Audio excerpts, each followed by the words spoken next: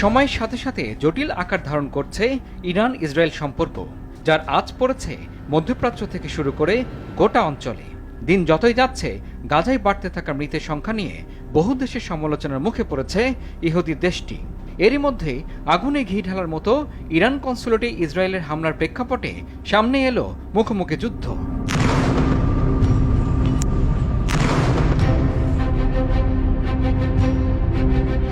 গাজায় ইসরায়েলের আগ্রাসন ইস্যুতে মধ্যপ্রাচ্যে যখন উত্তেজনার পারদ তুঙ্গে, তখনই নতুন ক্রুজ মিসাইল যোগ হল ইরানের নৌবাহিনীর ভাণ্ডারে। দূরপাল্লার এই ক্ষেপণাস্ত্র ইরান থেকে ইসরায়েলের ভূখণ্ডে সরাসরি আঘাত হানতে সক্ষম। বিশ্লেষকেরা বলছেন, অস্থিতিশীল লোহিত সাগরে যুক্তরাষ্ট্রের নেতৃত্বে বিশেষ টাস্কফোর্স গঠনের পরই নৌবাহিনীর সক্ষমতা বাড়িয়ে শত্রুদের কড়া বার্তা দিল তেহরান। মনে করা হচ্ছে ইসরায়েলের উপর চাপ বাড়াতেই ইরানের এ পদক্ষেপ। সম্প্রতি ইরানের রাজধানী তেহরানে এক সামরিক প্রদর্শনীতে নতুন এই ফাতা হাইপারসনিক মিসাইল প্রকাশ্যে আনে ইরান সেনার বিশেষ বাহিনী ইসলামিক রেভলিউশনারি গার্ডস কোর।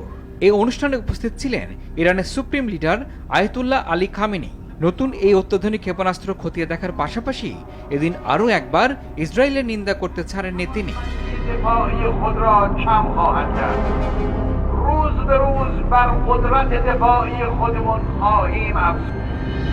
মধ্যপ্রাচ্যের এই রক্তক্ষয়ী সংঘাতের মধ্যেই নতুন এই ক্ষেপণাস্ত্র প্রকাশ্যে এনে ইসরায়েলকে বিশেষ বার্তা দিতে চাইছে ইরান, এমনটি মন্তব্য করেছেন সমর বিশেষজ্ঞরা।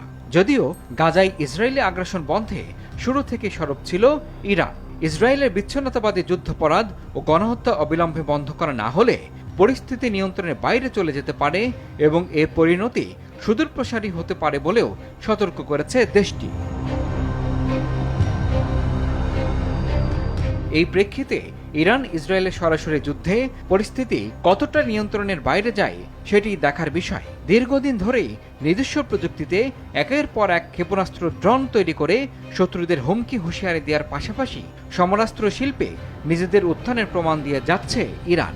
দেশটির বিরুদ্ধে বিভিন্ন সময় পরমাণু অস্ত্র তৈরির অভিযোগও তুলে আসছে পশ্চিমারা। গেল 1 এপ্রিল সিরিয়ার রাজধানী দামেস্কে অবস্থিত ইরানের কনসুলেটে হামলা চালিয়ে কয়েক সামরিক কর্মকর্তাকে হত্যা করে ইসরায়েল। এই ঘটনার প্রতিশোধ নিতে বদ্ধপরিকর ইরানের নেতারা। তবে ইরান যেন ইসরায়েলে হামলা না করে এজন্য বারবার সতর্ক করছে যুক্তরাষ্ট্র।